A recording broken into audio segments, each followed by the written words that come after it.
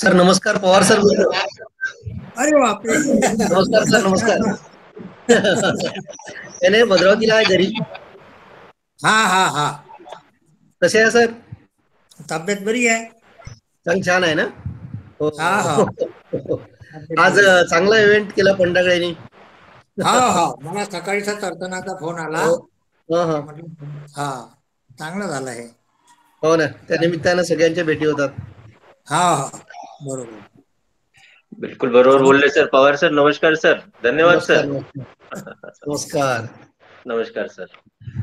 Sir माझा विचार असा आहे की असे महत्वपूर्ण जे दिवस असेल ना, तर तुमच्यासारख्या शिक्षकांना बोलवायचं आणि त्यांच्याकडनं या लोकांबद्दल आणखी माहिती काढायची. आम्ही काही वाचलेलं आहे, तुम्ही आमच्यापेक्षा मोठे आहात, तुम्ही जास्त वाचलेलं आहे, पाहिलेलं आहे, असं वाटते बा तुमचाही अनुभव काय आहे तो आमच्यापर्यंत पोहोचावा, म्हणून आज सहज सकाळी लक्षात आलं.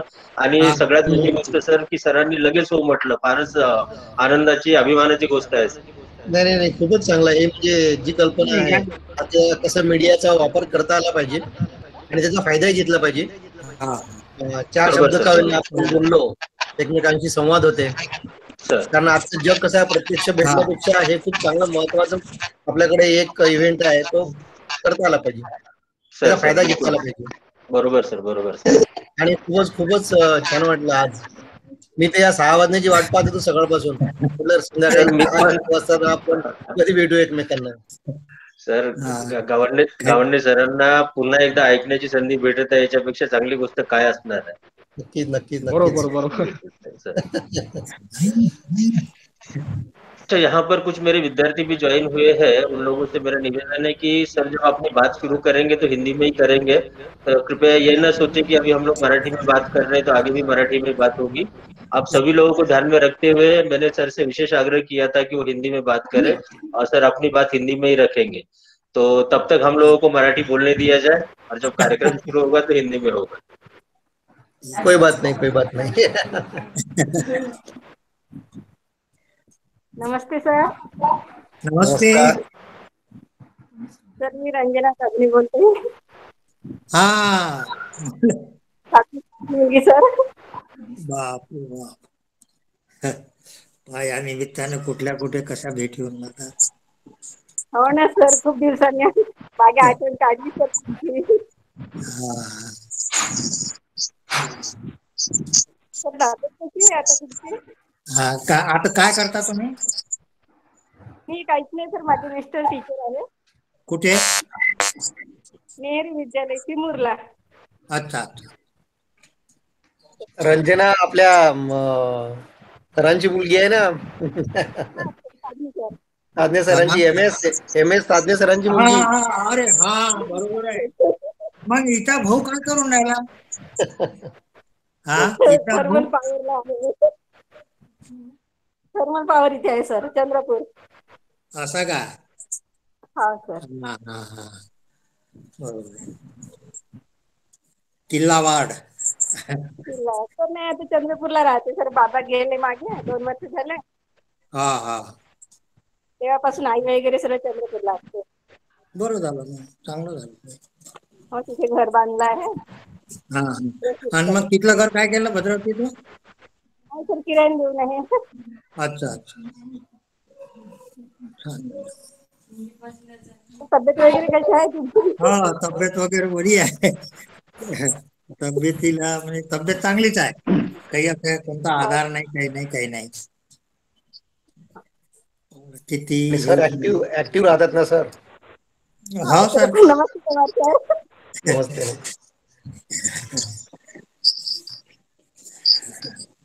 छान वाटलं सर तुम्हाला पाहून. हा, आता ते मला निरोप भेटला होता तसा एक वेळ सरांचा. मला वाटते यांनीच सांगितलं होता, एक तळवार सरांनी कोणीतरी सांगितलं होतं. हा. चांगले म्हणजे माझ्या काळात शिक्षक चांगले होते. एवढंच मला अभिमान आहे की माझे शिक्षक खूप चांगले होते. तुम्ही पण चांगले होते सर. नाही सर, त्यांच्यामुळेच मला एवढा मोठा गाडा रेटता आला. 20-22 शिक्षकामध्ये एवढी मोठी शाळा चालवणं कठीण काम होतं ते. पण सर चांगल्या नेतृत्व महत्वाचं आहे ना. आणि नेतृत्व इमानदार होते महत्वाचं ते. आहे. म्हणजे लीडर चांगला असेल तर सगळी टीम चांगली होते. खूप इमानदार लोक भेटले मला. आता नाही आहे तसे, फार कमी आहे, नाही बोटावर आता मोजण्यासारखे. असं आहे.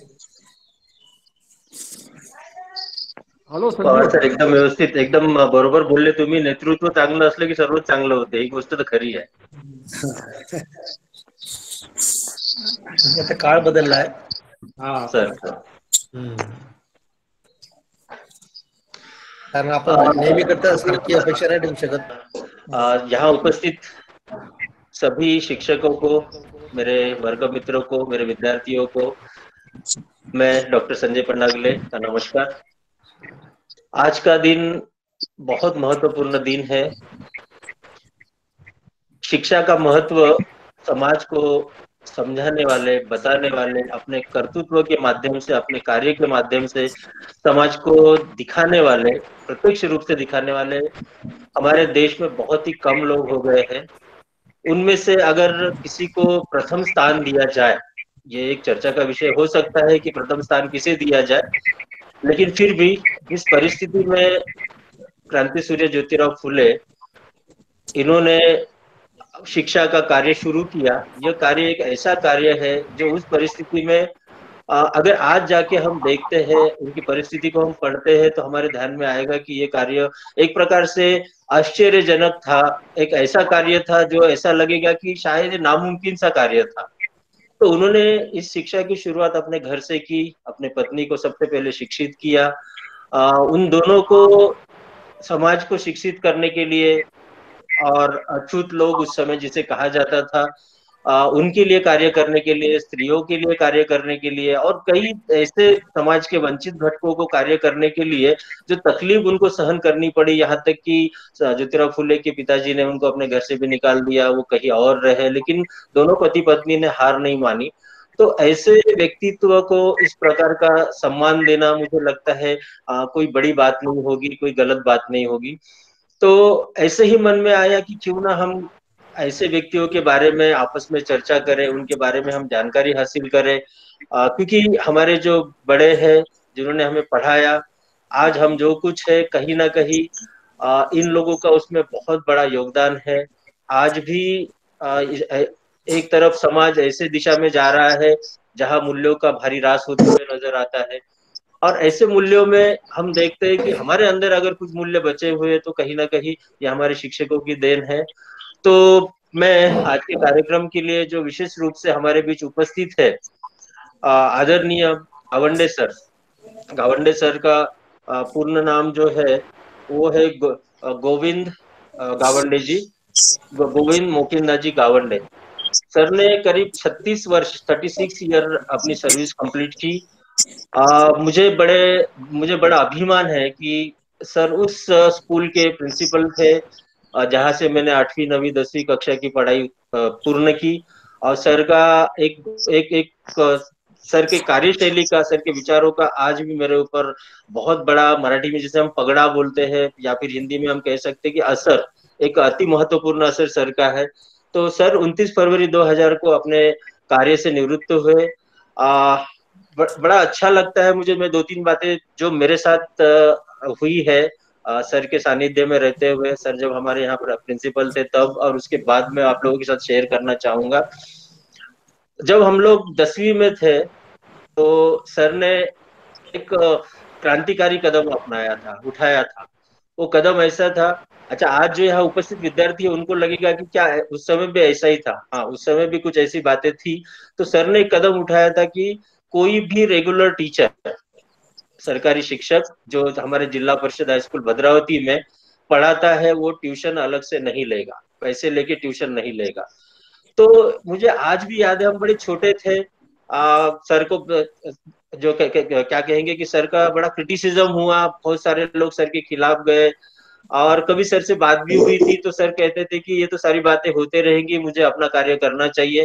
तो हम लोगों को भी कभी कभी तो हम लोगों को भी बड़ा अजीब सा लगता था कि ट्यूशन तो कॉमन सी चीज है, हर कोई लेता है, लेकिन सर क्यों इसको बंद करने के पीछे लगे हुए हैं।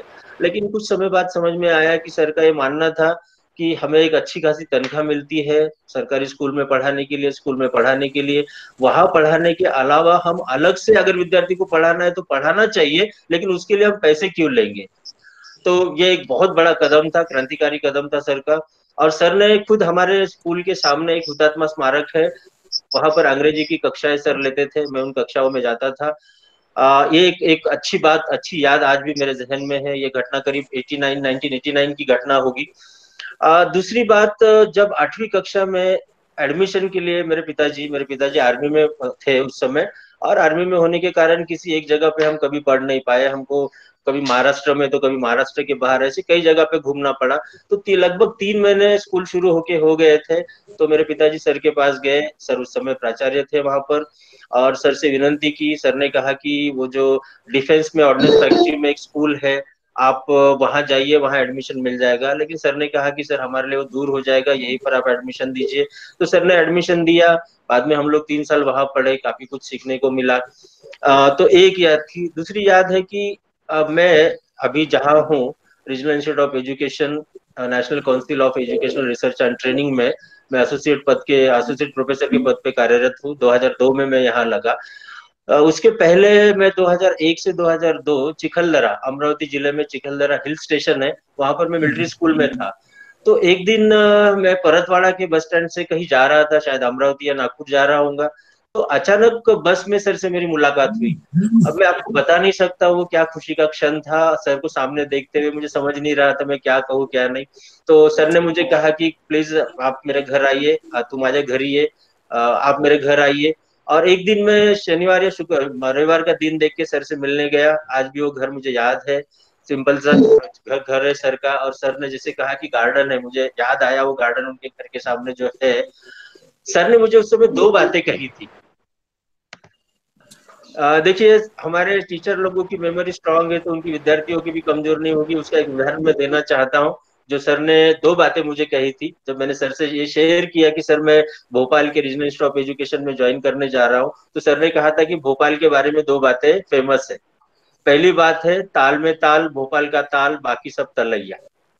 तो मुझे उतना तो समझ में नहीं आया। सर ने कहा था ताल में ताल, भोपाल का ताल, बाकी सब तलैया। तो मुझे इतना समझ नहीं आया था कि सर ये क्या कहना चाह रहे हैं। लेकिन जब यहाँ आके देखा तो वाकई जो भोपाल का तालाब है वो इतना बड़ा तालाब है, वो शायद ही किसी और शहर में इतना बड़ा तालाब होगा।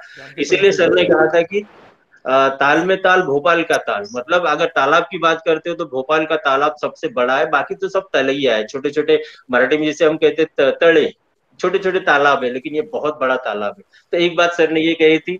दूसरी बात सर ने बड़ी इंटरेस्टिंग कही थी, और यहाँ आने के बाद मुझे वाकई वो देखने को मिला। और मुझे ताज्जुब हुआ कि सर को इतनी सारी बातें कैसे पता है। शायद सर अपने बातों में शुरुआत में बताएंगे ही, इन बातों के बारे में जिक्र करेंगे सर। तो सर ने दूसरी बात कही थी, भोपाल के बारे में चार बातें फेमस है। भोपाल के बारे में चार बातें फेमस है: जर्दा, सरदा, पर्दा एंड नामर्दा। और नामर्दा, जर्दा आप जानते हो, यहाँ तंबाकू बहुत फेमस है। जर्दा सरदा, सरदा यानी धूल। जब मैं यहाँ आया वाकई ये धूल का अंबार था भोपाल, अभी काफी कुछ परिवर्तन आ गया है। तो जर्दा सरदा पर्दा, पर्दा यानी मुस्लिम लोगों का पॉपुलेशन, मुस्लिम लोग बहुत सारे काफी तादाद में यहाँ पर है। एंड आखिर में एक बात थी नामर्दा। नामर्दा हम जानते हैं, तो उनकी भी तादाद यहाँ पर बहुत सारी है। तो ये कुछ बातें थी जो सर ने उस समय मुझे बताई थी। सर मैं आपका एक बार स्वागत करता हूँ, अभिनंदन करता हूँ, शुक्रिया अदा करना चाहता हूँ सर कि एक कॉल पे, वो भी मैंने आपसे नहीं किया, मैंने अर्चना से बात की। अर्चना हमारी क्लासमेट है, 10वीं में हमारे साथ थी। तो अर्चना से मैंने बात की और सर ने उस बात को, उस हमारे आग्रह को स्वीकार करते हुए बिना किसी झिझक के 5 मिनट के अंदर मुझे अर्चना का कॉल वापस आया, और उसने, अर्चना ने कहा कि सर तैयार है। तो सर मैं सभी लोगों की तरफ से आपका शुक्रिया अदा करता हूँ। सर एक खुशखबरी मैं आप लोगों को देना चाहूंगा। 14 फरवरी 2021 को हमने भद्रावती में हम लोग मिले। करीब हम 40-45 विद्यार्थी उस समय साथ आए थे। आदरणीय पवार सर उस कार्यक्रम के अध्यक्ष थे।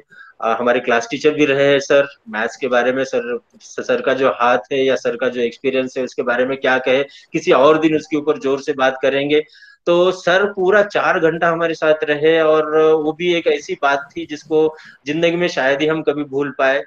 तो सर उस कार्यक्रम के बाद हमने एक निर्णय लिया, हमारे विद्यार्थियों ने, करीब 30 विद्यार्थी 32 विद्यार्थी उस निर्णय में शामिल है। धीरे धीरे हम हमारे क्लास के, हमारे पहले के, हमारे बाद के और भी ऐसे लोगों को जोड़ना चाहते हैं। और वो जोड़ने का हमारा मकसद है कि हमने एक छोटा सा एनजीओ टाइप एक संगठन तैयार किया है, जिसका नाम हमने रखा है झेप फाउंडेशन।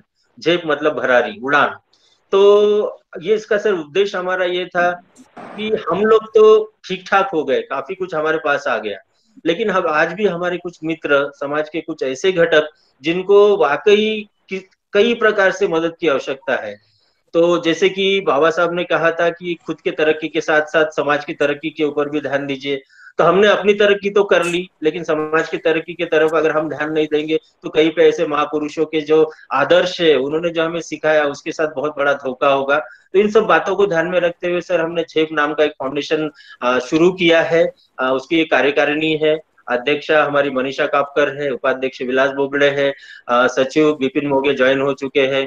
उसके अलावा उप सचिव सुभाष रोडे है और कोषाध्यक्ष इसमें है हमारे चंद्रशेखर मस्के, और हम कुछ लोग उसके कार्यकारिणी में हैं। और सभी लोग मिलके कुछ ना कुछ हम काम करने की कोशिश कर रहे हैं। सर 25,000 अभी तक हमने जमा किए हैं, और भी हम पैसे जमा करेंगे, और शायद 2-4 महीनों के अंदर आपको दिखेगा कि हमने वाकई कुछ किया है। तो सर इतना मैं अपने इंट्रोडक्शन में कहना चाहता था, समय पहले काफी हुआ है। तो मैं अभी सर से ये निवेदन करूंगा। अच्छा, सर से निवेदन करने के पहले कोई कुछ कहना चाहता है तो प्लीज कह सकते हैं, उसके बाद हम सर को आमंत्रित करेंगे अपनी बात रखने के लिए। पवार सर, तो तुम्ही काय म्हणू इच्छिता?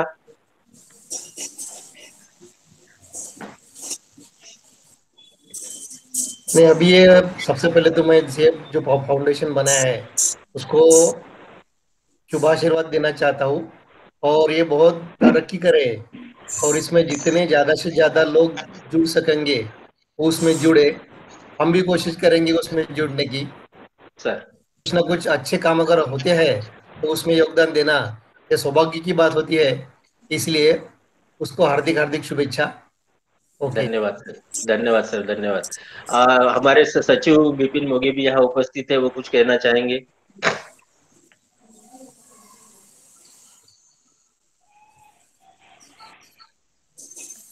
विपिन, आप अनम्यूट करिए, खुद को अनम्यूट करिए, म्यूट है आप।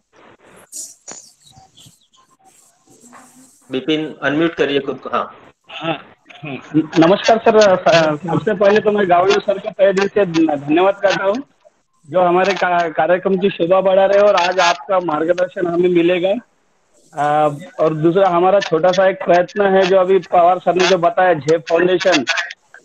उस फाउंडेशन के नाम के हिसाब से हम अपने झेप फाउंडेशन को सही में ऊंची उड़ान देंगे, और सामाजिक कार्य में अग्रसर रहेंगे, और अपने भद्रावती शहर का तथा इस बैच का भी नाम ऊंचा करेंगे। धन्यवाद। धन्यवाद विपिन, धन्यवाद। मैं अर्चना से निवेदन करूंगा, अभी वो कुछ कहना चाहती है तो कह सकती है, अन्यथा आभार प्रदर्शन कुछ कुछ कार्य में समय पे लोगों के ऊपर डालता हूँ। आभार प्रदर्शन का कार्य अर्चना को करना है।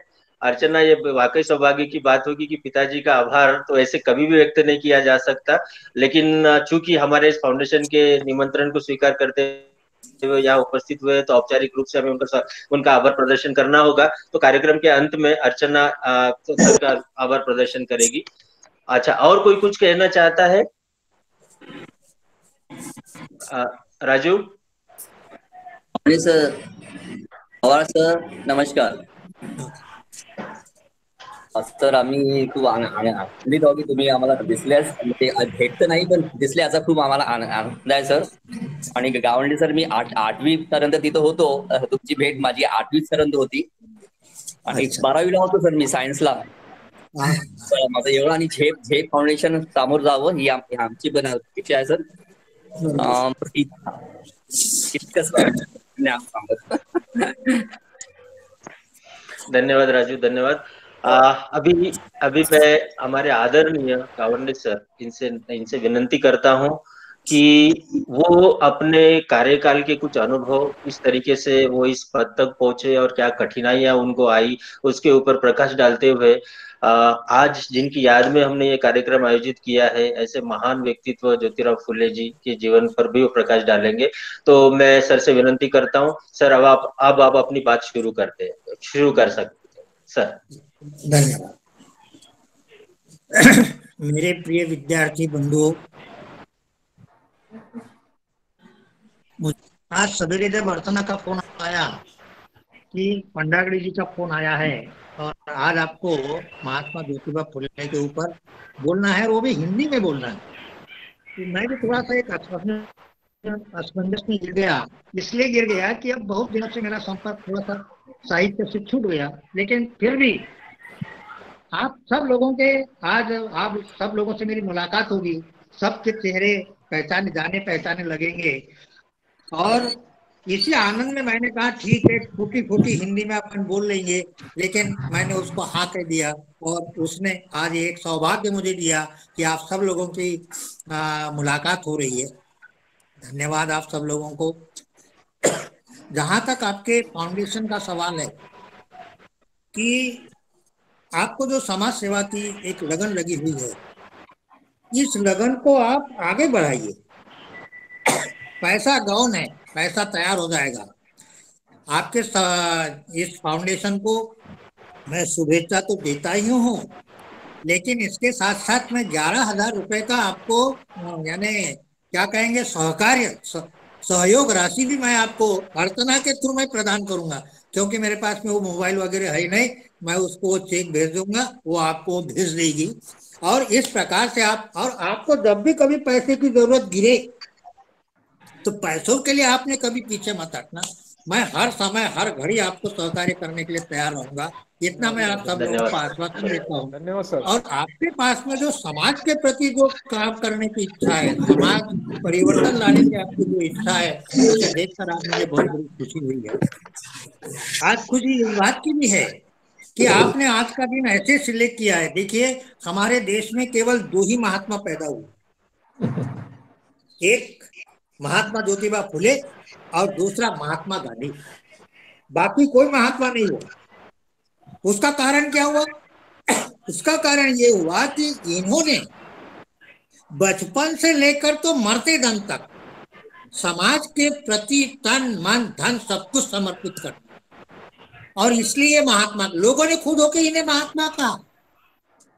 ज्योतिबा फुले का जीवन चरित्र अगर हम देखें तो आपको सबको पढ़कर के बड़ा आश्चर्य होगा कि जब उनका जन्म हुआ तो उनके जन्म के 1 साल के बाद में ही उनकी मां चल बसी, और उनके घर में जो दाई थी उस दाई ने इनका पालन पोषण किया। जब वो 7 साल के हुए तो उन्हें जब, क्योंकि उस जमाने में अभी के समान नहीं था 6 साल का हुआ कि डाल दो, उस समय 7 साल का होने के बाद में डाला करते थे, थोड़ा सा बड़ा। तो जब ये 7 साल के हुए तब उनको जब डाला गया तो केवल ये सर्वसामान्य वर्ग से आए वाले लोग हैं, इसलिए इन्हें पढ़ाने से शिक्षक ने इनकार कर दिया। कितनी बड़ी बात, उनको स्कूल में प्रवेश नहीं दिया गया। आखिर में वो जो दाई थी जिसने उनका पालन पोषण किया, उसने खुद इनको पढ़ाया। इनके बाजू में 2 सज्जन रहा करते थे, एक मोरेनन थे, एक क्रिश्चन थे। इन्होंने जब कहा कि महात्मा के पास तो एक अपार शक्ति भरी हुई है, फिर से एडमिशन दिलवाया और उनका पढ़ाई पूरी की। जब वो पढ़ लिख करके थोड़े से बड़े हुए तब उनका संपर्क अनेक धर्मों के साथ में आया, और तब उनको ये पता चला कि अरे हिंदू धर्म में तो बहुत सारी कमियां हैं, यहाँ जाति प्रथा है, यहाँ छुआछूत है, अनेक प्रकार की कमियां हैं यहाँ पर। ये उनके ख्याल में आया और इसलिए उन्होंने फिर अब ये सब देखिए मैंने कैसे प्रसंग आते हैं। उस समय हमारे यहाँ पर विधवा विवाह नहीं किए जाते। अगर किसी का मर जाता है तो उसके बाल काट दिए जाते थे। इन्होंने ज्योतिबा ने क्या किया, फिर उन्होंने नाइयों का एक संगठन बनाया और नाइयों को कहा कि इसके बाद में अब किसी का केस वपन नहीं होना चाहिए। माने इस प्रकार से यानी उन्होंने इस प्रथा का विरोध किया। जब इन्होंने वहां पर स्कूल खोले, वहां पे अब स्कूल तो यानी बोलने माने बहुत बड़ी बात थी, क्योंकि वो सब यानी गवर्नर लोगों का जो एरिया था, वहां पर ये गरीबों के जो बच्चे थे, जो बहुजन समाज के बच्चे थे, जो अछूत समाज के बच्चे थे, उनको पढ़ने के लिए चोरी छिपे उनको लाते भी थे, पढ़ाते भी थे, और चुपके चुपके उनके घर को भी पहुंचाते थे। बातें वहां समाज के लोगों के सामने आई, तब समाज के लोग ज्योतिबा के साथ हुए और कवरेज इन्होंने प्रॉब्लम। स्कूल खोलना शुरू किया। जब इन्होंने स्कूल खोलना शुरू किया, तो क्योंकि शिक्षा एक ऐसी चीज है, जब तक आदमी पढ़ेगा नहीं तब तक उसका ज्ञान बढ़ेगा नहीं, और जब तक उसका ज्ञान बढ़ेगा नहीं तब तक उसकी बुद्धिमत्ता नहीं बढ़ेगी। जब उसकी बुद्धिमत्ता बढ़ेगी तो उसकी सोचने की ताकत बढ़ेगी, जब उसकी सोचने की ताकत बढ़ेगी तो उसमें कुछ करने की ताकत आएगी। ये सब सोच करके उन्होंने शिक्षा के ऊपर बहुत बड़ा ध्यान दिया।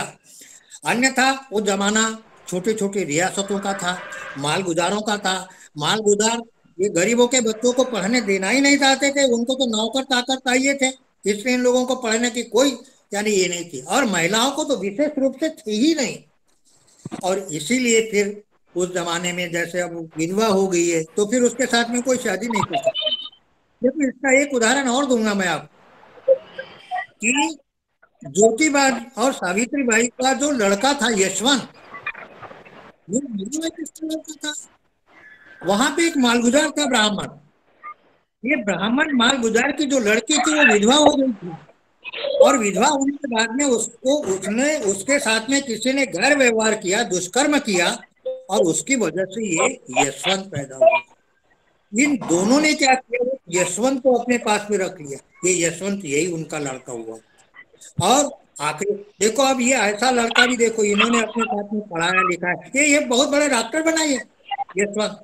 वो अपने मिलिट्री में भी डॉक्टर यानी डॉक्टर रहा, यहाँ से वो चीन में गया, उसके बाद में फिर और भारत में आया, और उसने यहाँ पे डॉक्टरी पेशा शुरू किया। लेकिन पूना में जब प्लेग आया तो इस प्लेग में उनकी माँ भी मर गई, मानी ज्योतिबा की पत्नी भी मर गई, सावित्री बाई भी मर गई, और ये दोनों भी मर गए। तो ये, लेकिन अब सवाल का, अब ये ऐसा क्यों हुआ? इसके पीछे कुछ कारण ऐसे थे उसके पीछे कि ज्योतिबा, वैसे देखा जाए तो ज्योतिबा ने पूना में बहुत सारे काम किए। पूना में बड़े बड़े पुल बनाए, पूना वो अपना जो जेल है ना, वो जेल जो है, वहां की जो नदी है, वो नदी में उन्होंने कुछ ये किए, पुल बनाए, वो जेल की जो दीवारें थी वो बनाई, उसके लिए लगने वाला मटेरियल सप्लाई किया। एक बहुत बड़े बिल्डर थे, और इन्होंने वहां पे बहुत अच्छे अच्छे काम किए, और बहुत सारी प्रॉपर्टी भी इन्होंने बना थी। लेकिन हुआ क्या कि आखिरी समय में इन्होंने अपनी सारी की सारी प्रॉपर्टी समाज के लिए दान कर दी, और समाज के लिए दान कर दी। लेकिन दुर्दैव देखो कैसा होता है, जो आदमी तन मन धन से समाज की सेवा करता है उसके साथ में क्या हुआ कि इनके गुजरने के बाद में सावित्री बाई और यशवंत ये बेचारे अनाथ हो गए। देखो जिसके पास में बहुत बड़े यानी वो बिल्डर था, सब कुछ था, दुकानें थी, प्रॉपर्टी थी, खेती बाड़ी थी।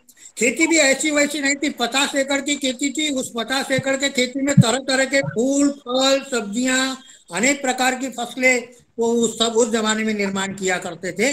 और उस जमाने में वो 2 प्रकार की फसलें निर्माण किया करते थे, एक रासायनिक और दूसरी जैविक, दोनों प्रकार। इतना ही नहीं तो वो अपना माल बॉम्बे तक भेजा करते थे, इतने काम थे। तो कहने का मतलब ये है कि इन्होंने वहां से सब फल फूल सब्जियां ये सब बॉम्बे भेजा करते थे, लोगों को दिया करते थे, यानी इतना बड़ा इनका व्यवसाय हो गया था। लेकिन ये सारा का सारा बाद में उन्होंने ईयरफोन कोटाएगा समाज को अर्पण कर दिया। अरे और फिर उसके बाद में उनके ऊपर जो परिस्थिति आई वो मैंने आप लोगों को बताई है। इनके बारे में एक और चीज अपने को देखो, इन्होंने स्त्री शिक्षा, क्योंकि उस समय क्या था, महिलाओं को पढ़ने का, आप वो टीवी के ऊपर वो मालिका देख रहे होंगे, एक मालिका चल रही है अभी टीवी के ऊपर, तो उसमें भी वो बताया गया है कि उस जमाने में महिलाओं को पढ़ने का कोई अधिकार ही नहीं था, पढ़ाया नहीं जाता था उनको। लेकिन अगर एक महिला शिक्षित होती है तो वो कम से कम यानी 7 पीढ़ियों का वो उद्धार करती है, ऐसा कहा जाता है अपने इसमें, इसलिए महिला का शिक्षित होना बहुत जरूरी था। और इसके लिए फिर उन्होंने क्या किया, अभी हमारे पंडागड़े जी ने वो बताया था इसके पहले भी, कि उन्होंने एक तो सावित्रीबाई ये विधवा थी, विधवा के साथ विवाह किया। विवाह करने से क्या हो गया कि वहां के जो लोग थे वो इनसे इतने नाराज हुए, जैसे पता बताया अभी पंडागड़े जी ने, कि उनके पिताजी ने भी उनको घर से निकाल दिया था। और ये बेचारी जब जैसे रस्ते से निकलती थी तो इसके ऊपर गोबर फेंका जाता था, इतने उनके कंडीशन थी। लेकिन ऐसी अवस्था में भी उन्होंने महिलाओं के लिए स्कूल खोला और उनको पढ़ाने लिखाने का कार्य किया। तो उसका ये कार्य सदैव अमर रहेगा। ऐसे हमारी ये थे। अगर दूसरी तरफ देखा जाए तो ज्योतिबा जी एक बहुत अच्छे साहित्यिक भी थे, बहुत अच्छे साहित्यिक थे। उनके द्वारा जो कुछ पुस्तकें लिखी गई है, देखो तृतीय रत्न, छत्रपति शिवाजी, राजा भोसला का परवड़ा, ब्राह्मणों का चातुर्य, किसान कोना, अछूतों की कैफियत, इस प्रकार से बहुत सारे ग्रंथ उन्होंने लिख करके दिए। माने एक अच्छे लेखक थे, एक अच्छे आर्टिस्ट थे, एक अच्छे इंजीनियर थे, एक अच्छे काश्तकार थे, एक अच्छे शिक्षक थे, एक अच्छे समाज प्रबोधन करने वाले थे, एक अच्छे समाज सेवक थे और एक अच्छे देशभक्त थे। ऐसे सारे गुण उनमें माने आए हुए थे। तो ऐसे हमारे एक देशभक्त की आज एक जयंती है। हाँ, और उस जयंती के ऊपर आपने ये कार्यक्रम रखा, मुझे बड़ी खुशी हुई। खुशी इसलिए हुई कि चलो तुम लोगों में समाज सेवा करने की आज भी एक जिद तो, ये जिद तो आपके पास में है। और मैं भगवान से यही प्रार्थना करूंगा कि तुम्हारे हाथ से अच्छी अच्छी सेवाएं हो, क्योंकि ज्यादा से ज्यादा लोगों को सुख देना यही तो मानव का धर्म है ना। मानवीय धर्म यही सिखाता है हमको, नहीं? मानवानी मानवासी मानवासम वागने, मनुष्य ने मनुष्य के साथ मनुष्यता पूर्वक व्यवहार करना चाहिए, यही तो हमें सिखाया जाता है, यही तो इन महापुरुषों ने हमें सिखाया जाता है। आप लोग उस पथ पर चल रहे हैं, इसका मुझे बड़ा गर्व हो रहा है। कि मुझे इतना गर्व हो रहा है कि चलो मैंने मेरे बच्चों को जो शिक्षा दी वो बेकार नहीं गई, उसका सदुपयोग हुआ और आज भी वो एक अच्छे मार्ग की ओर बढ़ रहे हैं। परमेश्वर तुम सब लोगों को उस मार्ग में यश दे और तुम्हारे यश में हमारा कुछ न कुछ थोड़ा न थोड़ा हमारा भी सहयोग रहे। इस शुभेच्छाओं के साथ मैं अपने 2 शब्द पूरे करता हूं। धन्यवाद। धन्यवाद सर, धन्यवाद आपका, बहुत बहुत धन्यवाद। अभी सर ने अपने बात रखी है, वाकई ज्योतिराव फुले जी का जो व्यक्तित्व था, सर ने काफी कम शब्दों में लेकिन सटीक शब्दों में रखने की कोशिश की। सर के कहने के बाद ज्योतिराव फुले के ऊपर कुछ और मेरे तरफ से कहना सही बात नहीं होगी। फिर भी 1-2 बातें जो मुझे और याद आ रही है मैं वो बताना चाहूंगा। वैसे ही आप में से भी कोई अगर कुछ ऐड करना चाहते तो कर सकते, हमारे पास अभी थोड़ा समय है और उसके बाद फिर औपचारिक हम आभार प्रदर्शन का कार्यक्रम करेंगे। सोनाली, अर्चना आप तैयार रहिएगा। तो जैसे कि सर ने बहुत सारी बातें बताई, उसमें ज्योतिराव फुले जी के बारे में जो मैंने सुना है, पता नहीं सच्चाई कितनी है, वो जो इंजीनियर थे, तो ये जो पूना का रेलवे स्टेशन कहते हैं कि उनके द्वारा तैयार किया गया है। पूना का रेलवे स्टेशन का निर्माण उन्होंने किया है। ये सच है नहीं है मुझे नहीं पता, लेकिन ये मेरे सुनने में बात आई है। बाल हत्या प्रतिबंधक गृह के बारे में सर ने बात की, सत्यशोधक समाज की स्थापना के बारे में सर ने बात की, गुलामगिरी नामक एक अति महत्वपूर्ण ग्रंथ इन्होंने ज्योतिराव फुले जी ने लिखा है। 1882 में हंटर कमीशन के सामने जिस तरीके से बात ज्योतिराव फुले ने की है, अगर उस लेख को आज भी हम पढ़ते तो हमें लगेगा कि आज से 150 साल पहले भी हमारा भारत देश का जो उच्च शिक्षा की दशा थी, दिशा थी, कंडीशन थी, वो उसमें और आज के कंडीशन में कोई अंतर आपको नजर नहीं आएगा। तो हंटर कमीशन एक बहुत बड़ा आयोग, शिक्षा का आयोग था, उसके सामने ज्योतिराव फुले ने अपनी बात रखी। तो एक ऐसे महामानव होके गए जिनकी बराबरी करना शायद ही किसी के लिए संभव है, लेकिन उनके कार्यों में से अगर खास करके शिक्षा का कार्य, हम सभी यहाँ उपस्थित ज्यादा से ज्यादा लोग जो है वो शिक्षा से जुड़े हुए हैं, तो वो शिक्षा का कार्य अगर आगे बढ़ाते हैं तो मुझे लगता है ये एक सही उनके लिए श्रद्धांजलि होगी, सही मायने में उनको याद करना होगा। तो धन्यवाद गावंडे सर, आपने हमें समय दिया बात करने के लिए। कोई और हमारे मित्र बात करना चाहते हैं फूले जी के बारे में, और उसके बाद फिर मैं अर्चना को आमंत्रित करूंगा।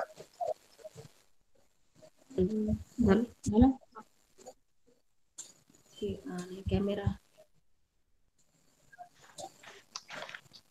ओके, मुझे लगता है कोई और बात नहीं करना चाहता। सोनाली धोटे नाम से यहाँ पर हमारी दोस्त जुड़ी है, जिनका सही नाम मतलब ये भी सही नाम है, लेकिन पहले का नाम जो हमें जिससे हम परिचित है वो है अर्चना गावंडे। तो अर्चना गावंडे गावंडे सर की पुत्री है, हमारी क्लासमेट रही है। मैं उनसे निवेदन करता हूँ कि हमारे प्राचार्य जी और आपके पिताजी, इन दोनों का आप आभार प्रकट कीजिए। सोनाली। धन्यवाद संजू। सर्वांना माझा आदरपूर्वक नमस्कार। संजूने मला आभार प्रदर्शनाची जबाबदारी दिली। यामध्ये मला असं वाटते गुरु कोण आणि शिष्य कोण हे समजणे जरा कठीण आहे, कारण परिस्थितीनुसार गुरु आणि शिष्याची व्याख्या थोडी बदलते। आज गुरुच्या रूपात मी थोडं संजयला बघते आहे, काय ज्याच्यामुळे हा सगळा प्रोग्राम इथे जुळून आला, त्यामुळे त्याला मी खूप खूप धन्यवाद देते। तसेच आज माझे वडील जरी असले तरी सर्वप्रथम मी त्यांना गुरुच्या रूपात बघितलं आहे, आणि आज 80व्या वर्षी सुद्धा त्यांनी हे जे स्पीच दिलं, तर मला ती अपेक्षा नव्हती की आज त्यांना थोडं विस्मरण वगैरे होईल, पण तसं काही झालं नाही। आणि आज सुद्धा त्यांच्या कार्यप्रणालीमुळे ते सगळे म्हणजे त्यांचं जे काम करण्याची पद्धत आहे ती आज सुद्धा मला तशीच जाणवते। त्यामुळे ज्योतिबांबद्दल खरी ज्योतिबा जाणून घेण्याची ही जी संधी संजूमुळे जी उपलब्ध झाली, आणि बाबांनी सुद्धा सकाळपासून त्यावर म्हणजे काय बोलू बा, मी म्हटलं पहिल्यांदाच ते याच्या समोर आले, व्हिडिओ कॅमेरा समोर, कारण त्यांना फोन घेऊन देताना आम्ही म्हटलं की तुम्ही याचा फोन घ्या बा, अँड्रॉइड। नाही म्हणे मला तो समजत नाही म्हणे फोन, तर त्यांनी तो साधाच फोन घेतला, दुसऱ्यांदा पण घेतला पण साधाच घेतला। आणि त्यांनी जे हे स्पीच दिलं ते खरोखरच अभ्यासनालायक आहे। त्यामुळे त्यांचे मी या ठिकाणी खूप खूप आभार मानते। आणि आपल्या झेप फाउंडेशन साठी त्यांनी जे आपल्याला सहकार्य केलं, त्यांनी मागेच मला बोलले होते, मी तशी त्यांना कल्पना दिली होती की आम्ही अशी ट्रस्ट स्थापन केलेली आहे बा, पण त्यांनी मागेच सांगितलं मला की तू पैसे टाकून देशील म्हणे। बरं म्हटलं ठीक आहे, आणि जे योगदान केलं त्याबद्दल सुद्धा मी त्यांचे खूप खूप आभार मानते। तसेच या ठिकाणी उपस्थित असणारे माझे दुसरे गुरुवर्य श्री पवार सर, यांचं तर योगदान आपल्या ग्रुपला खूपच आहे, कारण सतत ते आपल्या म्हणजे पाठीशी खंबीरपणे उभे असतात। त्यांचं सुद्धा मी या ठिकाणी आभार मानते।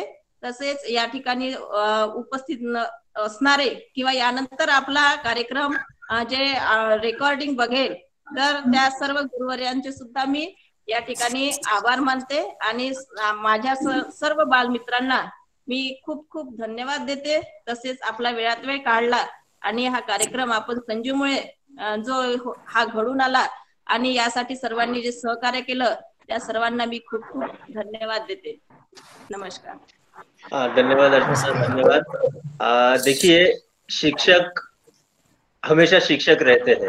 आज मुझे लगता है सर को करीब 80 प्लस में है, 80 से ज्यादा उनकी उम्र हुई है, लेकिन उनके बातों से मुझे ऐसा बिल्कुल नहीं लगा कि उनकी उम्र 80 से ज्यादा हुई है, 80 से ऊपर वो चले गए हैं। क्या बातों में उनका उसी प्रकार का मुझे एकदम से याद आया, वो 89 90 जिस समय सर बात किया करते थे, जितने जोर से बात किया करते थे, वही उनके अंदर जो एक तीव्रता, वही बोलने के प्रति, अच्छा बोलने के प्रति, समाज को शिक्षा देने के प्रति जो एक बातें होती है वो सर के बातों में मुझे देखने को मिली। मैं यहाँ पर एक दो बातें और आप लोगों से कहना चाहूंगा। जैसे कि हमारे दुष्यंत कुमार जी एक मध्य भारत के ही नहीं पूरे देश के एक महान कवि होके गए। उम्र के 42 साल में उनकी मृत्यु हुई, मेरे ख्याल से 1974 या 72 में। उन्होंने कुछ गजलें लिखी है, उसमें से कुछ गजलें पंक्तियां मुझे अक्सर प्रेरणा देती है। तो ये आज का जो कार्यक्रम है, ये कार्यक्रम कहीं पर ऐसा नहीं है, कि बस एक बार कर दिया हमने और इसको हम भूल जाएंगे। तो इस कार्यक्रम के बारे में मैं उनकी ही 2 लाइन आपके सामने रखना चाहता हूँ कि सिर्फ हंगामा खड़ा करना मेरा मकसद नहीं, सिर्फ हंगामा खड़ा करना मेरा मकसद नहीं, मेरी कोशिश है कि ये सूरत बदलनी चाहिए। तेरे सीने में नहीं तो मेरे सीने में सही हो कहीं भी आग, आग बदलनी चाहिए, या आग जलनी चाहिए। उनकी उनकी एक गजल है जिसमें वो कहते हैं कि ये जो दीवारें हैं, ये दीवारें तख्त की तो एक पर्दे की तरह हिल रही है। वो एक क्रांतिकारी कवि थे, उनके बातों में ऐसी आग थी, ऐसी प्रेरणा थी कि उसको पढ़ने के बाद लगता है कि वाकई हमको बहुत कुछ करने की अभी आवश्यकता है। तो इस श्रृंखला में एक और महत्वपूर्ण दिन 14 तारीख का आ रहा है। मेरी तहे दिल से इच्छा थी कि मैं कापकर सर को उस दिन बुला पाऊं, कापकर सर को हम सुन पाए, लेकिन कापकर सर की उम्र अभी 93 इयर्स हो चुकी है। शायद वो ठीक से बोल भी नहीं पाते, इसलिए सर से तो हम बात नहीं कर पाएंगे। मैं चाह रहा था कि वो 2 शब्द भी बोले, 4-5 लाइन भी हमसे शेयर करे, तो बड़ी हमारे लिए फायदेमंद बात होगी, अच्छी बात होगी, लेकिन सर की वो परिस्थिति नहीं है। तो मैं झेप फाउंडेशन की तरफ से 14 तारीख के लिए हमारे आदरणीय पवार सर, इनको आमंत्रित करता हूँ। वो अपनी बात रखेंगे। 14 तारीख के कार्यक्रम आप लोगों के सामने रखा जाएगा, और इसके बाद भी जो भी ऐसे महत्वपूर्ण दिन आते जाएंगे, हम आप लोगों का मार्गदर्शन लेना चाहेंगे। आप लोग के अलावा हमारे समूह में और भी शिक्षक है, हम उनसे भी आग्रह करेंगे कि वो अपनी बात रखे। उसके बाद हमें भी, जैसे अर्चना ने कहा कि हम विद्यार्थी तो थे, विद्यार्थी आज भी है और विद्यार्थी रहेंगे, लेकिन साथ ही साथ हम भी शिक्षक हो चुके हैं। कुछ बातें हमारे पास भी है, तो जब हमें मौका मिलेगा तो हम भी अपना पक्ष आपके सामने रखेंगे, हमारी बातें आपके सामने रखेंगे। तो मेरा सभी मित्रों से यह नम्र आग्रह है, हाथ जोड़ के मैं कहूंगा कि हाथ जोड़ के विनंती है कि दोस्तों, हंगामा खड़ा करना हमारा मकसद नहीं है। इसको दिलो दिमाग पे अपने लिख लो कि जो 14 फरवरी 2021 को हम मिले हैं, वो कोई एक फॉर्मेलिटी नहीं थी, वो औपचारिकता नहीं थी, वो एक ऐसा दिन था, एक ऐतिहासिक दिन था जिसके माध्यम से हम फिर एक साथ आए, और एक साथ आने के बाद हमको कुछ करके दिखाना है। मेरी तो ये दिल से इच्छा है। और जैसे गावंडे सर ने कहा, पवार सर ने कहा कि आर्थिक योगदान हो, कोई और योगदान हो, मैं आप लोग जानते हैं, मैं किसी भी प्रकार का योगदान देने के लिए तैयार हूँ, लेकिन ये जो सूरत है, ये जो सीरत है, ये बदल के हमें दिखाना है। लगेगा कि 1990 में कोई यहाँ से पढ़ के गए थे, आज 30-31 साल बाद भी ये बच्चे जो आज बड़े हो चुके हैं, ये समाज को, अपने दोस्तों को भूले नहीं है। तो इस बात को हमें ध्यान रखना होगा। बातें बहुत सारी हो सकती है, लेकिन जितनी सीमित मात्रा में की जाए उनका एक अपना अलग महत्व होता है। तो यहाँ उपस्थित अर्चना ने तो औपचारिक वोट ऑफ थैंक्स दे दिया है, आभार प्रदर्शन कर दिया है, लेकिन मैं अपने तरफ से भी आप सभी का अपने दिल के गहराई से आभार प्रकट करता हूँ। खासकर आदरणीय गावंडे सर, आदरणीय पवार सर, मेरे मित्र और मेरे कुछ विद्यार्थी भी यहाँ उपस्थित है, उन सब का मैं अभिनंदन करना चाहता हूँ, शुक्रिया अदा करना चाहता हूँ। और इसी प्रकार के कार्य हम और करेंगे। ये तो अच्छे बड़े लोगों के बारे में जानना, उनके ऊपर बात करना, उनके बारे में जानकारी लेना एक अच्छी बात होगी ही। मेरा आपको सभी लोगों से ये भी साथ ही साथ निवेदन है कि अपने बच्चों को भी ऐसे कार्यक्रम से जोड़ने की कोशिश करें, क्योंकि मैं पा रहा हूँ, मेरे बच्चों के साथ भी मैं पा रहा हूँ, इनके अंदर वो बात नहीं आ रही है, और वो बात नहीं आ रही है शायद इसके लिए हमें जिम्मेदार है, हम उनमें वो बात नहीं ला पा रहे हैं। जिस तरीके से हमने पढ़ने के लिए संघर्ष किया, आज के बहुत सारे बच्चों को संघर्ष नहीं करना पड़ रहा है। ऐसे में शायद उनको ऐसा लगता है कि शिक्षा तो ऐसे ही मिल जाती है, इसके लिए क्या करना पड़ता है। लेकिन शिक्षा कैसे प्राप्त होती है, हमारे गावंडे सर का जो शिक्षा थी वो केवल BA BEd था। आज मैं केवल बोल रहा हूँ BA BEd, लेकिन उस जमाने में BA BEd क्या होगा, सोच के देखिए। उस जमाने में व्यक्ति ने BA BEd किया, और आज हम बोलेंगे अरे BA BEd क्या है, क्योंकि हमें आसानी से शिक्षा मिल रही है। तो जो चीजें आसानी से मिलती है शायद उसका महत्व रहता नहीं है। तो ये महत्व भी हमें अपने बच्चों में लाना है। संस्कार और कुछ नहीं होते, संस्कार यही होते हैं, और शिक्षा संस्कार देने का एक बहुत बड़ा माध्यम है। तो मैं आप सभी का फिर एक बार तहे दिल से शुक्रिया अदा करता हूँ। और मेरे मित्रों में से किसी को कुछ कहना है तो कह सकते हैं, अन्यथा औपचारिक रूप से हम कार्यक्रम समाप्ति की घोषणा कर सकते हैं। हो ना, तो मला मेरे म्हणायचं आहे ना हाँ संजय, हाँ बोलो, जो बोलना चाहते हैं बोलिए। हॅलो आता सरांना बघून असं वाटलं मला हॅलो की सर खूप थकलेले सुभाष एक असतील, मिनिट. अरे मला पण अजूनही हा ते ठीक आहे आपल्याला ठीक आहे. शिकवताना जसे कडक होते अजूनही तसेच सर कडक दिसलेत. आहेच आहेच आहेच. आणि पवार हा सरांना तर आपण बघितलंच होतं 14 तारखेला. हो हो 14 तारखेला आपण मला तरी सरांना असं बघितलं अपेक्षित होतं. नव्हतंच गावंडे सर असे नीट अँड दिसतील म्हणून. काहीतरी थकलेले, आपले 81 वयात गेलेले, जरा आवाज खडखड आलेला, असं काहीच नाही वाटलं. असं वाटलं आपण 10वीत आहोत, पवार सर बसलेले आहेत आणि बाजूला गावंडे आता सर पुन्हा आहेत. पुन्हा पुन्हा 14 तारीख आहेच. पुन्हा 14 तारीख आहे, बरोबर आहे सर. सुषमा गावंडे सर धन्यवाद आयरन मॅन आहेत. संजू. मी माझ्याकडनं पण सरांना आणि संजूला हा प्रोग्राम असा अरेंज केला तुम्ही. नमस्कार sir, Gawande sir. Gawande sir Sushma बोलते, चला. सुषमा पद्मगिरवार. हॅलो हा हा हॅलो हा हा, आवाज येत आहे का? हो हॅलो येतोय येतोय. हा सुभाष एक मिनिट सुषमाचं बोलणं होऊ दे, नंतर बोलशील. हॅलो हा हा, ते सुभाष एक नेटवर्क मिनिट. प्रॉब्लेम आहे संजू. हा नाही येतोय, तुझा आवाज येतोय सुषमा, बोल हा बोल. ना, हा. मला असं वाटलं की आता गावंडे सरांना आपण कधी बघू वा, आपल्याला काही दिसणार नाही. त्यांच्याच गावी एखाद्या वेळेस जावं लागेल. चला, हे पॉसिबल झालं या माध्यमातून आणि तू ते आम्हाला पॉसिबल करून दिलं. त्याच्यामुळे तुला पण थँक्स. गावंडे सरांना तर थँक्सच आणि पवार सरांना पण तुला पण थँक्स. धन्यवाद बस, धन्यवाद बाकी सुषमा. एवढंच बोलायचं होतं मला. धन्यवाद सुषमा. आयसीटी मध्ये खूप पॉवर आहे, इन्फॉर्मेशन अँड कम्युनिकेशन टेक्नॉलॉजी मध्ये खूप पॉवर आहे. काही गोष्टी तुमच्या लक्षात आता आल्या. तुम्ही बघत असेल ग्रुपमध्ये मी काही ना काही करत राहतो, जेणेकरून आयसीटीचं महत्व आपल्या सर्वांना कळायला हवं. इतकं चांगलं साधन आपल्याकडे आहे आणि त्याचा आपण उपयोग करायला हवा. धन्यवाद सुषमा. सुभाष रोडे. हॅलो सुभाष रोडे. हा, मी गावंडे सरांना, पवार सरांना माझा आदरपूर्वक नमस्कार. गावंडे सरांना आणि पवार सरांना माझा आदरपूर्वक नमस्कार आणि तुला पण नमस्कार. नमस्कार नमस्कार. नमस्कार नमस्कार. सुभाष थोडा कॅमेरा दूर ठेव मित्रा, कॅमेरा थोडा दूर कर. फोन आवाज येतोय तुझा. हा बस बस, बोल आता, बोल बोल. आवाज येत नाही का? आदरणीय गावंडे सर यांच्या माध्यमातून आम्ही जेव्हा 10वीला 1990 ला होतो, पण सरांचं जे होतं की अजूनही जे कायम आहे त्याबद्दल काही प्रॉब्लेम नाही. मी आता सध्या हायस्कूलला आहे. सरांनाही माहित नसेल की, सरांना वाटत असेल की नाही बा हा पोरगा कुठे आहे काय, म्हणून मी सुभाष रोडे नाही का. तर गावंडे सरांना आणि पवार सरांना की त्यांनी जे मार्गदर्शन केलं महात्मा ज्योतिराव फुले यांच्याबद्दल, अतिउत्तम मार्गदर्शन केलं. मी थोड्या वेळापूर्वी जॉईन नव्हतो झालो, पण आता जॉईन झालो आणि मला खूप आनंद झाला की भविष्यात आपल्याला काहीतरी वेगळं करायचं आहे आणि आपल्याला एक वेगळं करून दाखवायचं आहे.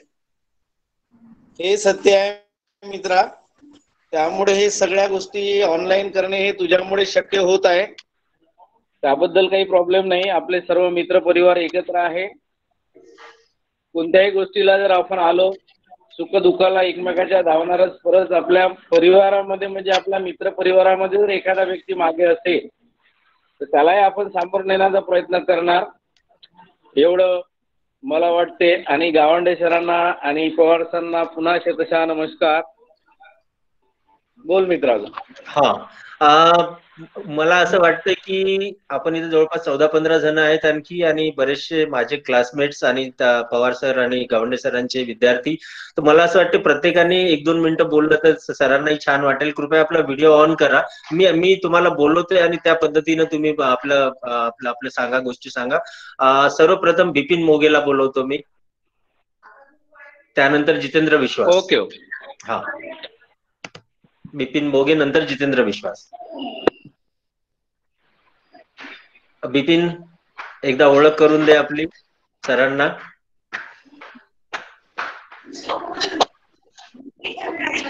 मला वाटते बिपिन डिस्कनेक्ट झालाय काय. हो, बिपिन नंतर जितेंद्र विश्वास. जितू अनम्यूट कर स्वतःला, अनम्यूट कर. सगळ्यात जास्त बोलणारा प्राणी आमच्या वर्गातला म्हणजे जितेंद्र विश्वास. जितेंद्र विश्वास. हा. जितू अनम्यूट कर मित्रा, स्वतःला अनम्यूट कर.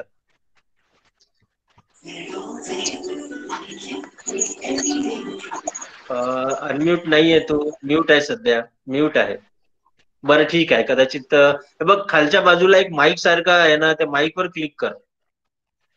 माईक सारखा एक सिम्बॉल आहे, त्याच्यावर क्लिक कर. कारण माझ्याकडनं इथून करता येत नाहीये मला. हा ठीक आहे, झाला, अनम्यूट झालाय. तू बोल आता, बोल जितू, बोल. हा सर, नमस्कार. नमस्कार सर गावंडे सर, तुम्ही या कार्यक्रमात हजर झाला, मला खूप आनंद झाले. याच्या पहिले जे 14 फेब्रुवारीला मी कार्यक्रम घेतला, माझ्यामुळे मी सर्व केला आणि पुढे अजून एक कार्यक्रम घेणार आहोत, तर तुम्ही हजर राहावं असं मला चांगलं वाटणार आणि विनंती आहे. ओके, धन्यवाद. हो. जितू, घरामध्ये कोरोना नसतो, मास्क काढ ना, सरांना चेहरा तर बघू दे. नाही सर, ओळखतो मला. गावंडे सरांचा दिसून आला. गावंडे सर कुठे गेले? आहेत का? नाही, इथे नाही. लिफ्ट झाले का? अबोली नावानं जॉईन केलंय. सरांचा व्हिडिओ सुद्धा चालू आहे. तू स्वतःला पिन तर नाही केलं?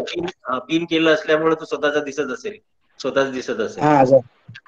बर सर, आवाज नाही येणार सर? हा सर बोलत नाही सध्या. सर ऐकत आहेत तुला. ठीक आहे, ओके, धन्यवाद. तुला पण धन्यवाद, सर्वांना धन्यवाद, सुषमाला सुद्धा धन्यवाद, अर्चना गावंडेला धन्यवाद. Okay, thank you. ठीक. सर काहीतरी बोलत होते, पण सर म्यूट आहेत. सर अनम्यूट करा प्लीज. गावंडे सर अनम्यूट करा स्वतःला. सर काहीतरी बोलत होते, पण त्यावेळेस म्यूट होते सर.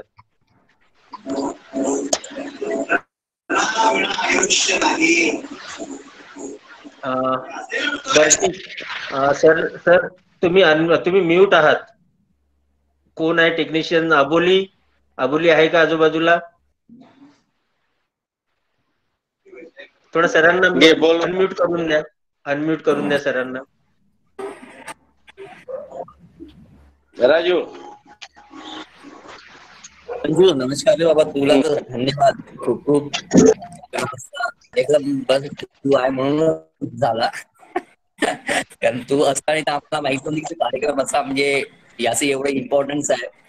आणि ज्योतिबाबद्दल तू बोलायला सांगितलं, थोडंसं कामात होतो. ज्योतिबाबद्दल सांगायला मी शिक्षणाबद्दलच, आता तुम्ही लोक बोललेच इतके शिक्षणाबद्दल, स्त्री शिक्षण काय आहे त्यांनी जे सांगितलं किंवा त्यांनी जे चळवळ केली चालू, त्याच्या व्यतिरिक्त कोणाच पण देऊ. कारण स्त्री शिक्षणच आज माझ्याकडे येतात मुली, मी तेच सांगतोय की बाई पहा, यांना पहा करा. आणि मुलं सुद्धा म्हणजे शिक्षणाशिवाय काही नाही आहे, पर्याय नाही. कारण शिक्षण होतं म्हणून ते लोक आले की आपण स्वतः थोडं जे काही जगत आहोत शिक्षणामुळे. आणि शिक्षण हीच त्यांचा तो मूलभूत होता, तो पाया होता.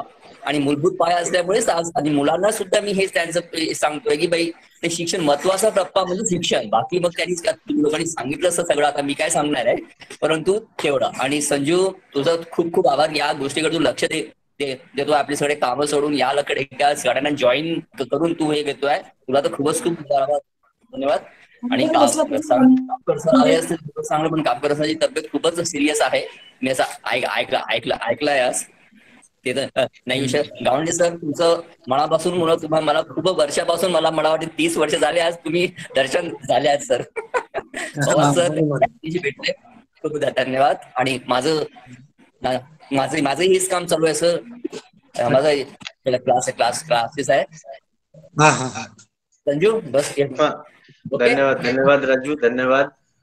ज्योतिराव फुलेने लिहिलाय ना, विद्या विना मती गेली, मती विना गती गेली, गती विना विद्या केले, विद्या विना शूद्र खचले. आणि एवढे सगळे अनर्थ का अविद्येने केले.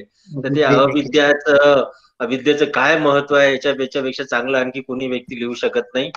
आपण शिक्षक आहोत, आपल्याला हे कार्य करायचंय. त्याच्यामुळे मी काय करतोय, तुम्ही काय करताय हे महत्वाचं नाही. फक्त महत्वाचं हे आहे की काहीतरी झालं पाहिजे, काहीतरी होत राहिलं पाहिजे. तर धन्यवाद राजू. यानंतर मी नंदकिशोर नांदे यांना आमंत्रित करतो. Gawande sir, Pawar sir, Sanju sir आणि सर्व माझे वर्गमित्र शिक्षक यांना माझा नमस्कार. तुमचं हे कार्य खूपच चांगलं आहे. शिक्षक मला बनायचं होतं, पण काही कारणाने बनलो नाही. बाबाला आवडत नव्हतं. बाबा स्वतः शिक्षक होते, त्याच्यामुळे त्यांना वाटलं की मी दुसऱ्या क्षेत्रात जावं.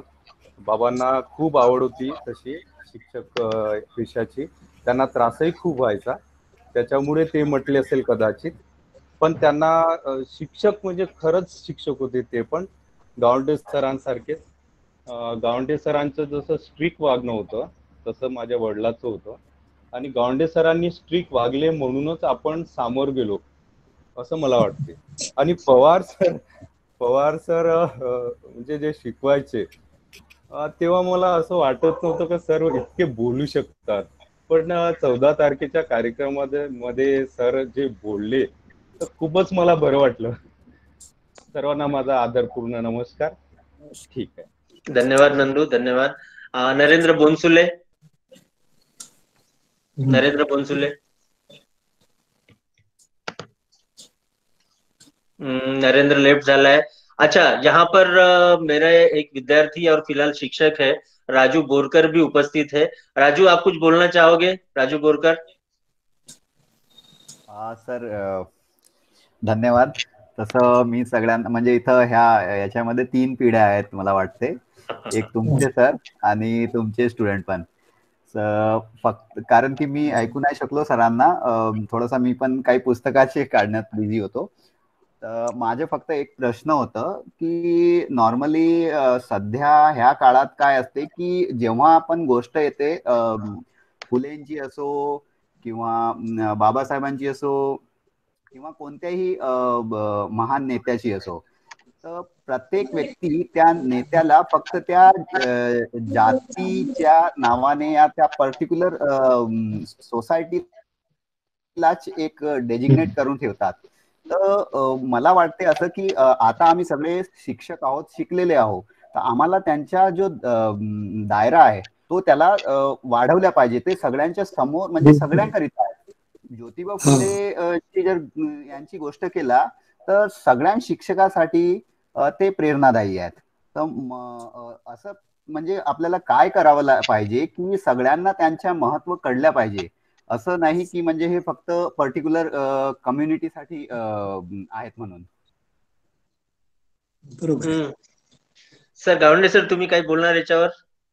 नाही, बरोबर आहे, त्यांचे विचार बरोबर आहे, कारण ते एका कम्युनिटीचे नव्हते ते नाही, आणि त्यांना जातीमध्ये आपण हे करून घेणं बरोबर नाही आहे. ते नाही, ते देशाचे होते, देशासाठी समाजाचे होते, समाजासाठी लढले, ते समाजासाठी झटले ते. सर बिल्कुल सर, अगदी बरोबर आहे. राजू, आपका जो कहना है अगदी एकदम सही आहे, अगदी उचित आहे. यावर मी असं बोलू इच्छितो, बऱ्याचदा होतंय काय की कुठलाही महान व्यक्ती, जसं बाबासाहेबांना दलिताचा नेता म्हणतात, कुठे ना कुठं काय केलंय या लोकांनी सुद्धा त्यांना संकुचित केलंय. त्यांची जयंती असेल, त्यांचा कार्यक्रम असेल तर ते आपल्याच लोकात त्यांना साजरा करतात, आणि त्याच्यामुळे बाकीचे लोक जोडतील कसे? तर आपल्यालाही बाकी लोकांना जोडण्याची गरज आहे. जेव्हा बाकी लोकांना कळेल की या लोकांनी काय केलंय, कारण ज्योतिराव फुले जर म्हटलं, जर आपण त्यांच्या जातीकडे जायला बघितलं तर ते कुठेतरी ओबीसीचे आहेत, माळी समाजाचे आहेत, पण त्यांनी पूर्ण मानवतेसाठी, स्त्री जातीसाठी कार्य केलं. बाबासाहेबांच्या जातीची गोष्ट करू तर कुठल्या तरी महार कम्युनिटीशी बिलॉंग करतात, परंतु त्यांनी नॅशनली नाही इंटरनॅशनली आपल्या नावाचा ठसा उमटवला. स्त्रियांसाठी, वंचितांसाठी, अशा बऱ्याच लोकांसाठी त्यांनी कार्य केलं. तर हे जे कार्य आहे, बऱ्याचदा काय होतंय की न कळत, मी हे नाही म्हणत की जाणून बुजून, न कळत आपण आपल्याच लोकांमध्ये त्यांची जयंती साजरी करतो, आणि त्याच्यामुळे बाकीचे लोक आपल्याशी जुळत नाहीत. तर याचा आपल्याला थोडस आपल्या त्या चौकटीतून सुद्धा बाहेर यायला हवं, बाकी लोकांना सुद्धा इथे जोडायला हवं. तर मला हे म्हणायचं होतं. बरोबर सर. आणि यानंतर रंजना ताजने. रंजना, काही बोलायचं आहे तुला?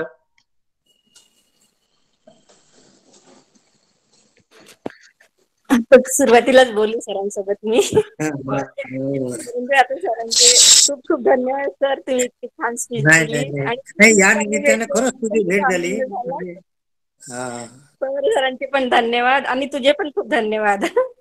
तुझ्यामुळे हा कार्यक्रम घडून आला आहे, आणि आम्हाला सरांना पण भेटायला मिळालं, पाहायला मिळायला. बस या इथे चिखलदऱ्याला या सर्वजण. सर मी येणार, एकदा येणार, मी तर नक्कीच येणार. बाकीच्यांचं बघूया कधी येतात. मी तर येऊन येऊ सर, नक्की येऊ, नक्की येऊ सर. मोठं घर आहे, तुम्ही 15, 20, 25 लोक आले तरी आपण इथं राहू शकतो. हो, येऊ, सर, सर्वच येऊ. सर मन मोठं पाहिजे. धन्यवाद धन्यवाद रंजना. सुभाष भोयर काय बोलायचं आहे?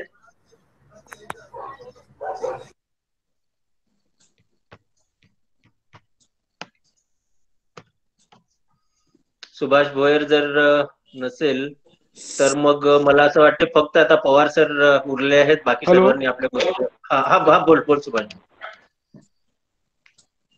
गावंडे सरांना चरण स्पर्श, पवार सरांना पण चरण स्पर्श, आणि संजूला लाख लाख धन्यवाद.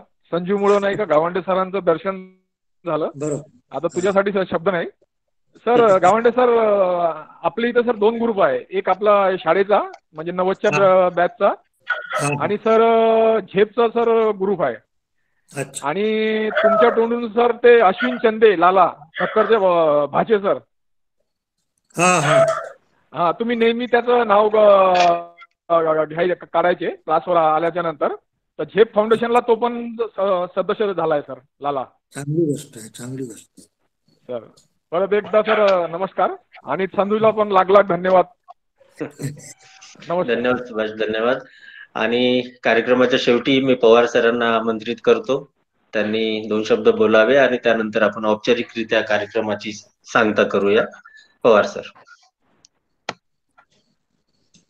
तर गावंडे सरांना नमस्कार सर. नमस्कार. आज खरंच खूप चांगला दिवस आणि चांगला योग संजूने आणला आपल्या सगळ्यांसाठी. आणि एक कुठलं निमित्त का होईना या माध्यमातून आपण सगळेजण इथे जुळलो आहे. आणि सर, या ग्रुपच्या बाबतीमध्ये मी तुम्हाला थोडंसं सांगू इच्छितो. त्यांनी हा जो ग्रुप बनवलेला आहे 90चा, म्हणजे 90चे विद्यार्थी हे 10वीच्या बॅचचे आपल्या, आणि हे आज आपल्या जवळपास सगळ्या क्षेत्रामध्ये काम करणारे आहेत. कुठलं क्षेत्र राहिलं नाही आहे की या 90च्या बॅचचे विद्यार्थ्यांनी त्याला टच केलं नाही आहे. सर्व क्षेत्रात यांच्या या ग्रुपमध्ये इंजिनियर्स आहेत, डॉक्टर्स आहेत, शिक्षक आहेत, शेतकरी आहेत, कलावंत आहेत, जवान आहेत, किसान आहेत. सगळे क्षेत्र म्हणजे हा एक ग्रुप म्हणजे एक आपला मिनी इंडिया तयार झालेला आहे. या क्षेत्रामध्ये हे आपापली प्रगती करत आहेत. हे जेव्हा मी पाहिलं तेव्हा मला खूप समाधान वाटलं सर, की आपले विद्यार्थी जे आहे ते सगळ्या क्षेत्रामध्ये कुठे ना कुठेतरी यशस्वी आहेत, असं एका क्षेत्रामध्ये नाही आहे. म्हणून मला झाला की एक मिनी इंडिया असल्यासारखा, आणि समाजाला ज्याची आवश्यकता आहे त्या प्रत्येक घटकाला यांनी टच केलेला आहे आणि तिथे ते आपला सेवा देत आहेत. ही एक आपल्यासाठी अभिमानाची बाब आहे की नाही? सगळ्या क्षेत्रामध्ये आपले विद्यार्थी काम करत आहेत. हे एक विशेष या 90च्या बॅच मध्ये मला दिसून आलं, आणि त्याच्यामधूनच हे काही त्यांना उत्साह मिळालाय, ते ऊर्जा मिळाली आहे, आणि ते एकत्रित आले त्याच्यामुळे परत ती ऊर्जा उफाळून आलेली आहे. म्हणून या सगळ्यांना आपण आता सध्या शुभेच्छा देऊ शकतो, कारण ही जी मुलं आहेत हे आता आपल्याही पलीकडे गेल्या, यांच्या कक्षा रुंदावलेल्या आहेत, हेही पलीकडे गेलेले आहेत, याचा आपल्याला अभिमान आहे. आणि ही आपली कमाई आहे, ही आपली कमाई आहे. बिलकुल बिलकुल सर, त्या बाबतीत आपण श्रीमंत आहोत. एवढी श्रीमंती आपली आहे, एवढी श्रीमंती कोणाला लाभत नाही. करेक्ट, बरोबर आहे. तर सर, मन अगदी गैरवरून आलं. इतके चांगले चांगले शब्द तुम्ही आमच्याबद्दल बोलता, पण आम्ही काय म्हणतात ना, खरं कारण तर तुम्ही आहात. तुम्ही लोक जर असे नसते, अशा पद्धतीनं जर आम्हाला घडवलं नसतं तर कदाचित काहीतरी वेगळेच असतो आम्ही.